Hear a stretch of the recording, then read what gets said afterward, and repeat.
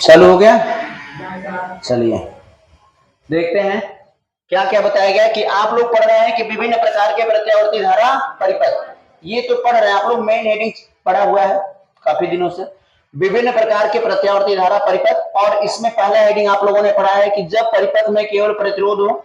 दूसरा हेडिंग आप लोगों को पढ़ाया गया है कि जब परिपथ में केवल प्रेरकत्व हो। और तीसरा आप लोगों को पढ़ाया गया है कि जब परिपथ में केवल धारिता हो। ठीक है, आज हम लोग क्या करते हैं कि जब परिपथ में प्रतिरोध और प्रेरकत्व दोनों हो। ठीक है, आज हम लोग क्या पढ़ेंगे कि जब परिपथ में प्रेरकत्व और प्रतिरोध दोनों हो और दोनों श्रेणी क्रम में जुड़े हैं। किसमें जुड़े हुए हैं? श्रेणी क्रम में। तो देखिए यहां पर क्या होगा, चौथा नंबर आपका आता है, चौथा नंबर आपका आता है कि जब परिपथ में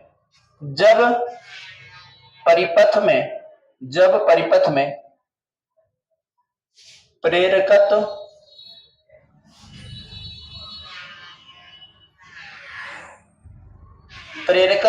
प्रेरकत्व को किस चीज से लिखते हैं?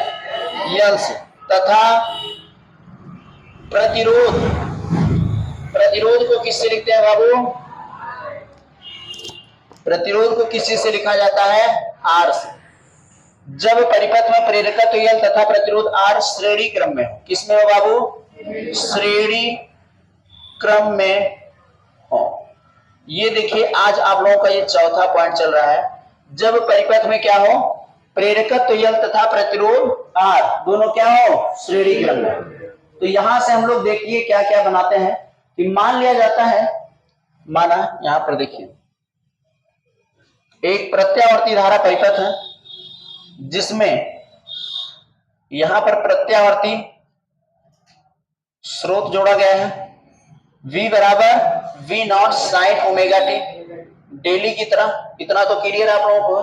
यहां पर हम लोग क्या करते हैं कि प्रेरकत्व को लगा देते हैं। पहले क्या करते हैं? प्रेरकत्व। फिर आगे आप लोग यहां पर क्या करेंगे? प्रतिरोध। ये प्रतिरोध का सिंबल है। दोनों को श्रेणी क्रम में जोड़ दिया जाता है। ठीक है, मान लिया जाता है कि माना किसी प्रत्यावर्ती धारा परिपथ में प्रेरकत्व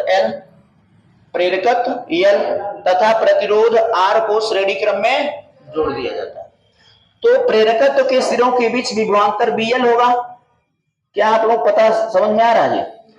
प्रेरकत्व के सिरों के बीच विभवांतर BL, प्रेरकत्व के सिरों के बीच विभवांतर BL तथा प्रतिरोध के सिरों के बीच विभवांतर VR। ये समझ में आ रहा है? इधर से धारा आ रही है, उधर से जा रही है। ठीक है, चलिए यहां पर हम लोग क्या करेंगे? ये धारा आ रही है, ये चित्र जो आप लोग बनाया गया है इसमें हम लोग क्या कहेंगे कि माना किसी परिपथ में प्रेरकत्व यल तथा प्रतिरोध R को श्रेणी क्रम में जोड़ दिया जाता है। ठीक है, तो इसमें एक समान धारा I प्रवाहित होती है। तो इसमें एक समान धारा ही तो जाएगा। क्या ये समझ पा रहे हो आप लोग? क्योंकि धारा में कोई अंतर नहीं होगा, परंतु इनके सिरों के बीच विभवांतर, प्रेरकत्व के सिरों के बीच विभवांतर BL और प्रतिरोध के सिरों के बीच विभवांतर VR। क्लियर है? अगले स्टेप में देखिए, इसका एक मैं चित्र आप लोगों को बना के समझाता हूं। आप लोग बताइएगा, अगर ये धारा है, आप लोग एक चीज जानते हैं कि जब परिपथ में केवल प्रतिरोध होता है, जब परिपथ में केवल प्रतिरोध होता है, ठीक है, जब परिपथ में केवल प्रतिरोध होता है तब प्रत्यावर्ती धारा और प्रत्यावर्ती वोल्टेज दोनों समान कला में होते हैं। ये स्टेप बताया गया है। मैंने कहा भी था आप लोगों को कि 3 आप लोग लाइन लास्ट में याद करके आइएगा। क्या होगा कि जब परिपथ में केवल प्रतिरोध होता है तो प्रत्यावर्ती धारा और प्रत्यावर्ती वोल्टेज दोनों क्या होते हैं? समान कला में। यानी प्रत्यावर्ती धारा अगर इधर जा रहा है तो प्रत्यावर्ती देखिए वोल्टेज भी जाएगा, किसके लिए जाएगा? प्रतिरोध के लिए, यानी VR भी इधर की तरफ होगा। समझ में आ रहा है? और आगे यहां से देख लीजिए क्या होगा कि जब परिपथ में प्रेरकत्व होता है, जब परिपथ में क्या होता है? प्रेरकत्व, तो प्रत्यावर्ती धारा से प्रत्यावर्ती वोल्टेज कला में 90 अंश अग्रगामी होता है। याद कर लीजिए आप लोग, याद है कि जब परिपथ में केवल प्रेरकत्व होता है तो प्रत्यावर्ती वोल्टेज प्रत्यावर्ती धारा से कला में 90 अंश अग्रगामी होता है। याद आ रहा है? तो यहां हम लोग कह सकते हैं कि सर इधर तो जो आपका जाएगा ये V क्या होगा बाबू? VL हो जाएगा। क्या हो जाएगा? VL। ये समझ में आया? अब आगे अगर इसका परिणामी निकालना है, ये देखिए 90 डिग्री का कोण बना हुआ है क्योंकि यहां से 90 अंश का अग्रगामी होता है। ये समझ में आ रहा है जी चित्र? फिर से एक बार समझ लीजिए, दोबारा एक बार इस चित्र को दोबारा समझा दे रहे हैं कि ये अगर ये धारा जा रहा है, यदि ये धारा जा रहा है तो आपको ये पता है कि जब परिपथ में प्रतिरोध होता है, जब परिपथ में प्रतिरोध होता है तो प्रत्यावर्ती धारा और प्रत्यावर्ती वोल्टेज दोनों समान कला में होते हैं, इसलिए एक ही दिशा में दोनों को बना दिया गया है। और आप लोगों को पता है कि जब परिपथ में प्रेरकत्व होता है तो प्रत्यावर्ती वोल्टेज प्रत्यावर्ती धारा से कला में 90 अंश अग्रगामी होता है। याद है? बोलिए।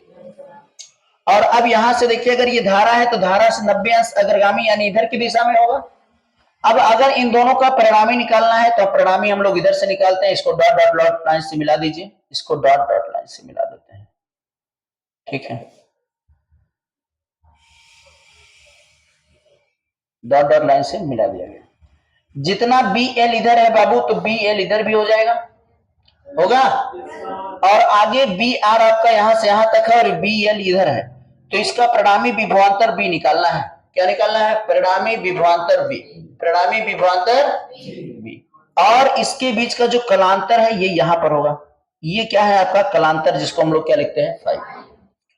अब देखिए यहां से हम लोगों को v का वैल्यू फाइंड आउट करना है और इस फाई का वैल्यू फाइंड आउट करना है, ठीक है। इस हेडिंग में दोबारा एक बार समझ लीजिए, क्या ये चित्र समझ में आ रहा है आप लोग? क्या है कि जब परिपथ में प्रेरकत्व L और प्रतिरोध R दोनों श्रेणी क्रम में जुड़े होते हैं तो प्रत्यावर्ती धारा सब एक दोनों में तब दोनों में प्रत्यावर्ती धारा एक ही समान होता है, यानी धारा I इधर से जा रहा है। लेकिन क्या होगा कि प्रेरकत्व के सिरों के बीच विभवांतर भी L, प्रेरकत्व के सिरों के बीच विभवांतर BL प्रत्यावर्ती धारा से कला में 90 अंश अग्रगामी होता है, जबकि प्रतिरोध के सिरों के बीच विभवांतर VR प्रत्यावर्ती धारा के समान कला में होता है, इसलिए प्रत्यावर्ती धारा के समान कला में BR बनाया गया है और धारा से 90 अंश अग्रगामी क्या बनाया गया है? BL। मतलब क्या कि प्रेरकत्व के सिरों के बीच विभवांतर बनाया गया है। अब इन दोनों का परिणामी विभवांतर निकालने के लिए हमने बीच में एक लाइन खींचा, ड्रा किया है और इसी का हम लोग वैल्यू फाइंड आउट करेंगे। बात समझ में आया? तो हम लोग निकालते हैं कि परिणामी विभवांतर क्या होगा। क्या निकालना है बाबू? परिणामी विभवांतर। क्या निकालना है? अतः परिणामी विभवांतर, परिणामी विभवांतर V बराबर क्या होगा? आप लोग अगर देख करके समझ पा रहे हो तो क्या आप लोग ये बता सकते हैं, अगर ये एक समकोण त्रिभुज नजर आ रहा है, यानी 90 डिग्री का यहाँ पर कोण बना है, तो ये एक समकोण त्रिभुज नजर आ रहा है और समकोण त्रिभुज की ये भुजा जो होगी आपकी कर्ण कहलाएगी, क्योंकि 90 अंश के जस्ट सामने वाली भुजा कर्ण होती है। और कर्ण स्क्वायर बराबर आप लोगों को पता है पाइथागोरस थ्योरम, कर्ण स्क्वायर बराबर क्या होता है? लंब का स्क्वायर प्लस क्या होता है? आधार का स्क्वायर। क्या ये फार्मूला पता है? यहां से कर्ण स्क्वायर बराबर लंब स्क्वायर प्लस आधार स्क्वायर, इसी पर हम लोग रखेंगे, परिणामी विभवांतर निकल करके आएगा, ठीक है। ये अगर कोण फाई बना है, यह फाई क्या है? आपका कलांतर है, इसका भी मान अभी हम लोग निकाल लेंगे। लेकिन पहले तो ये निकालते हैं कि अगर इस b का वैल्यू फाइंड आउट करना है, v यानी क्या है आपका परिणामी विभवांतर, तो यहां से कर्ण स्क्वायर बराबर लंब स्क्वायर प्लस आधार स्क्वायर। आप ये कह सकते हैं कि यहां पर लंब होगा और ये आपका क्या होगा? आधार होगा। चलिए यहीं से हम लोग निकालते हैं, इस त्रिभुज में एक त्रिभुज बन गया है तो त्रिभुज का हम लोग कर्ण निकालते हैं। लिख दें फार्मूला? लिख दें? बोलिए। लिख देते हैं, नहीं तो कभी आप भूल जाइए। कर्ण स्क्वायर बराबर क्या होता है? लंब स्क्वायर प्लस आधार का स्क्वायर। ये क्या है बाबू?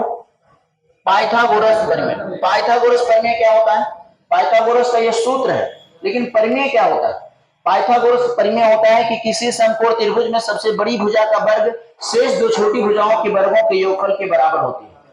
ये पाइथागोरस प्रमेय है। क्या होता है कि किसी समकोण त्रिभुज में सबसे बड़ी भुजा का वर्ग शेष दो छोटी भुजाओं के वर्गों के योगफल के बराबर होती है। पाइथागोरस थ्योरम है और उसको हम लोग शब्दों में क्या लिख लेते हैं कि जो सबसे बड़ी भुजा होती है उसको हाइपोटेनियस मतलब कर्ण कहा जाता है, और एक जो कोण के जस्ट सामने होता है जिसको हम लोग कहते हैं लंब, परपेंडिकुलर अंग्रेजी में कहा जाता है, और जो एक जो बच जाता है वो बेस होता है जिसको आधार कहा जाता है।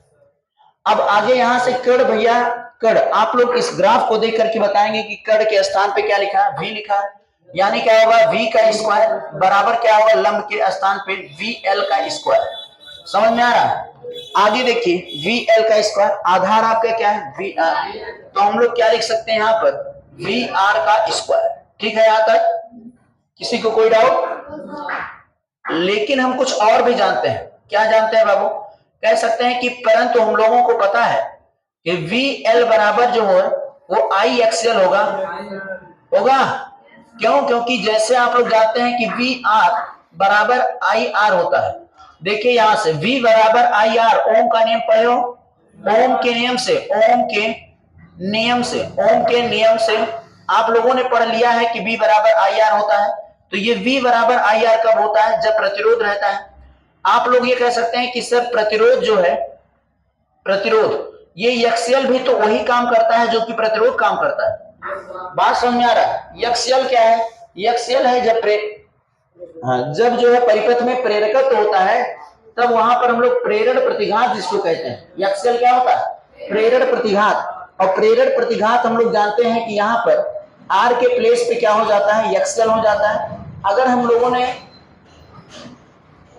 प्रेरकत्व के क्या हुआ कि प्रेरकत्व के बीच विभवांतर निकालना है तो B बराबर IR के स्थान पे BL अगर मैं लिखा हूं, यानी प्रेरकत्व के सिरों के बीच विभवांतर, तो प्रेरकत्व के सिरों के बीच विभवांतर क्या हो जाएगा बाबू? IXL होगा। और प्रतिरोध के सिरों के बीच विभवांतर क्या होगा? IR होगा। समझ में आ रहा है? देखिए V बराबर IR ओम का नियम पढ़े हो ना, इसी पे उठा के रख दिया गया। समझ गए? आगे देखते हैं। अगर हम लोग यहां पर इसको उठा के रख देते हैं, देखिए क्या होगा, इसके प्लेस पे रख दिया जाए तो इसलिए क्या होगा? B बराबर V स्क्वायर बराबर एक्सएल के प्लेस पे क्या रखा जा सकता है बाबू? ये सॉरी VL के प्लेस पे क्या रख सकते हैं? IXL का होल स्क्वायर हो जाएगा, प्लस कर दिया जाएगा। इसके स्थान पे क्या लिखा जाएगा? IR का होल स्क्वायर हो जाएगा। क्या इतना समझ में आ रहा है? अगले लाइन में हम लोग ये कह सकते हैं कि V स्क्वायर बराबर यहां से I स्क्वायर एक्सएल का स्क्वायर प्लस, समझ में आ रहा है जी? दोनों पर स्क्वायर लगेगा। आगे यहां से क्या होगा कि I square R square, V square बराबर I स्क्वायर को कॉमन कर सकते हैं दोनों में से। अगर कॉमन हो जाएगा तो क्या बचेगा? एक्सएल का स्क्वायर प्लस, हाँ प्लस I तो कॉमन हो चुका है, क्या बचेगा? R का स्क्वायर। ठीक है। अगर मैं इस I स्क्वायर को इधर कर देता हूं, गुणा में ही इधर जाएगा, बटे में हो जाएगा, यानी V स्क्वायर बटा I स्क्वायर बराबर करके एक्सएल का स्क्वायर प्लस R का स्क्वायर। ठीक है यहां तक? बोलिए। अगर मैं इधर से दोनों पर स्क्वायर एक साथ कर देता हूं, V बटा I का होल स्क्वायर लगा दे रहा हूं। आगे बोलिए एक्सएल का स्क्वायर प्लस R का स्क्वायर ऐसे उतार दे रहे हैं। ठीक है यहां तक? बोलिए। तो आप लोग यहां पर देखिए क्या कर सकते हैं, अगर इधर से स्क्वायर हटाया जाए तो उधर रूट लग जाएगा। अगर मैं इधर से स्क्वायर हटाऊंगा तो उधर क्या लगेगा? रूट लग जाएगा। क्या इतना समझ पा रहे हैं आप लोग? तो हम लोग ये कह सकते हैं कि V बटा I बराबर करने के बाद हमारे पास रूट में क्या आ गया बाबू? XL का स्क्वायर प्लस R का स्क्वायर। क्या इतना समझ आ रहा है? आप लोग कह सकते हैं कि सर V बटा I बराबर R होना चाहिए। होना चाहिए? बोलिए क्यों? क्योंकि V बटे I बराबर R, परिपथ का प्रतिरोध हर बार ऐसे ही तो आया करता है। अरे B बराबर IR पढ़े हो? अगर मैं इसको इधर कर देता हूं तो B बटा I बराबर करके R होगा। कह सकते हैं कि सर V बटा I जो है ये परिपथ का प्रतिरोध होना चाहिए, लेकिन यह प्रतिरोध नहीं बल्कि किसके कारण है? प्रेरकत्व और प्रतिरोध दोनों के कारण है ना? कहा जा सकता है कि सर B बटा I जो है ये परिपथ का प्रतिरोध होना चाहिए। B बटा I क्या होना चाहिए? परिपथ का प्रतिरोध होना चाहिए, क्योंकि यह प्रतिरोध के कारण नहीं बल्कि प्रेरकत्व और प्रतिरोध दोनों के कारण है। प्रेरकत्व और प्रतिरोध दोनों के कारण है, इसलिए इसे प्रतिरोध ना कह करके परिपथ की प्रतिबाधा कहते हैं। क्या कहते हैं बाबू? परिपथ की प्रतिबाधा। प्रतिबाधा मतलब क्या होगा? रुकावट उत्पन्न करने वाला। प्रतिबाधा यही तो होता है। आप लोग समझ रहे हैं ना? आप लोग देखिए क्या होगा, जैसे जितने भी शब्द बनाए गए हैं, जैसे जैसे मान लीजिए प्रेरण प्रतिघात, धारिता प्रतिघात। प्रतिघात का मतलब ये होता है कि जो रुकावट उत्पन्न कर दे, और यहां पर मैं बोल रहा हूं परिपथ की प्रतिबाधा। परिपथ की प्रतिबाधा मतलब यही होगा कि जो धारा को बढ़ने में अवरोध उत्पन्न करता है उसी को हम लोग प्रतिबाधा कहते हैं। तो यहां से क्या हो जाएगा, इसे V बटा I जो है ये परिपथ का प्रतिरोध होना चाहिए। चूंकि यह प्रतिरोध के कारण नहीं बल्कि प्रेरकत्व और प्रतिरोध दोनों के कारण है, इसलिए इसे हम लोग प्रतिरोध ना कहकर परिपथ की प्रतिबाधा कहते हैं। क्या कहते हैं? परिपथ की प्रतिबाधा कहते हैं और Z से प्रदर्शित करते हैं। किससे? Z से। यानी यहां पर क्या होगा, परिपथ की प्रतिबाधा, परिपथ की प्रतिबाधा, परिपथ की प्रतिबाधा। और इसको किससे प्रदर्शित करते हैं बाबू? Z से। किससे प्रदर्शित कर लेंगे? Z से। तो परिपथ की प्रतिबाधा जो Z आएगा यहां से, इस V बटा I के प्लेस पे हम लोग Z रख सकते हैं। तो बोलिए क्या होगा, Z बराबर अंडर रूट में, बोलिएगा XL का स्क्वायर प्लस R का स्क्वायर। ये परिपथ की प्रतिबाधा होती है। ये क्या होती है? परिपथ की प्रतिबाधा। Z बराबर निकल करके आता है रूट में X, हाँ XL का स्क्वायर प्लस R का। अच्छा, कुछ और भी कह सकते हैं आप लोग कि सर XL बराबर हम लोगों ने कुछ और भी पढ़ा है। क्या पढ़े हो? XL बराबर ओमेगा L भी पढ़ाया गया है, पढ़ाया गया है। XL बराबर ओमेगा L। अगर इसको मैं रख देता हूं तो फिर बोलिए Z बराबर क्या निकल करके आएगा? Z बराबर रूट में यहां पर होगा ओमेगा L का होल स्क्वायर प्लस R का स्क्वायर। क्या ये समझ पा रहे हैं आप लोग? बोलिए, क्या समझ में आ रहा है? तो हम लोग यहां से कह सकते हैं कि परिपथ की प्रतिबाधा जो है Z बराबर ये भी हो सकता है और ये भी हो सकता है। क्लियर है? अच्छा, अब अगर हम लोग कलांतर निकाल लेते हैं, दिखाई दे रहा है? चलिए, अगर हम लोग क्या निकाल लेते हैं, कलांतर क्या निकालते हैं? ये परिपथ की प्रतिबाधा आ गई है, यहां से और यहां तक दोनों सेम चीज लिखा हुआ है। समझ में आ रहा है ना? क्यों? क्योंकि XL बराबर ओमेगा L प्रूफ कर चुके हैं आप लोग। अगर हम लोग निकाल लेते हैं कलांतर, अगर हम लोग क्या निकालते हैं बाबू? कलांतर। कलांतर को हम लोगों ने किससे लिखा है? यहां पर कलांतर को हम लोगों ने फाई से लिखा। किसी से? फाई से। क्यों? क्योंकि फाई ही तो हर बार आया करता था, फाई बराबर पाई बाई टू, फाई बराबर पाई बाई टू, याद है ना? तो यहां से भी तो फाई का मान निकलना चाहिए, कुछ निकलना चाहिए ना। तो निकलता क्या है देखिए, अगर ये फाई है और ये समकोण त्रिभुज है तो आप लोग अगर यहां से tan थीटा ले लेते हैं, क्या ले लेते हैं? तो tan थीटा बराबर क्या होता है?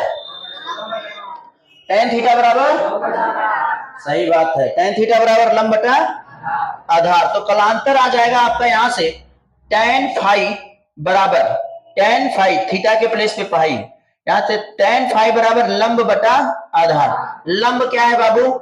VL, और बटा में कितना हो जाएगा? VR। आगे देखिए यहां से tan phi equal to VL बराबर, देखो ये आप लोगों ने यहां पर लिखा है, VL बराबर क्या होता है? IXL होता है। VL बराबर क्या होता है? तो इसके प्लेस पे हम लोग क्या रख सकते हैं? IXL अपान में क्या होगा? VR बराबर IR। IR, I से I कट गया, बोलिए क्या आ गया? tan फाई बराबर XL अपान में R। क्या इतना समझ में आया? बोलिए, बोलिए, इतना समझ में आ गया? आगे देखिए, इसके बाद आप लोग यहां पर देखेंगे, थोड़ा सा बचा हुआ है, यहां पर मैं समझा दे रहा हूं। यहां से देखिए, ये tan फाई बराबर XL बटा R आया हुआ है। आप लोग अगर फाई का वैल्यू फाइंड आउट करते हैं, फाई बराबर, तो tan इनवर्स में हो जाएगा। tan जब इधर गया तो इनवर्स में हो गया। tan इनवर्स बराबर क्या होगा? XL बटा R हो जाएगा। क्या ये समझ में आ रहा है? ये आपका कलांतर निकल गया। एक फार्मूला और भी लिख सकते हो कि tan फाई बराबर tan इनवर्स XL के स्थान पे, XL के स्थान पर बोलो क्या लिखा जा सकता है? ओमेगा L, और बटा में कितना होगा? R। ये भी तो आपका हो सकता है। बिल्कुल, ये आपका पूरा टॉपिक खत्म हुआ। क्या इतना समझ में आ गया? देखिए, हम लोग परिणामी विभवांतर निकाल लिए हैं। परिणामी विभवांतर से हमको परिपथ की प्रतिबाधा भी मिल गई है और कलांतर भी मिल गया है। समझ में आ रहा? तो कलांतर हर बार, जैसे आप लोगों ने जब R को जोड़ा था तब भी आप लोगों ने परिपथ का प्रतिबाधा निकाला था। परिपथ की प्रतिबाधा का मतलब प्रतिरोध निकाले थे, ठीक है। आगे देखिए, जब आप लोगों ने L को जोड़ा था तब भी आप लोगों ने परिपथ की प्रतिबाधा मतलब प्रेरण प्रतिघात को निकाला था। प्रेरण प्रतिघात को, और वहां पर भी कलांतर फाइंड आउट हम लोगों ने किया था। जब हम लोगों ने सी को जोड़ रखा था तब भी आप लोगों ने धारिता प्रतिघात निकाला था और कलांतर भी निकाला था। ठीक है, तो यहां पर अगर हम लोगों ने यल और आर को भी जोड़ दिया है तब भी हम लोगों के पास यहां पर परिपथ की प्रतिबाधा जेड आ गई है और कलांतर फाई का वैल्यू भी आ गया है। ठीक है, किसी को कोई डाउट नहीं? कोई डाउट नहीं ना है? दोबारा समझाना नहीं ना पड़ेगा? चलिए ठीक है फिर।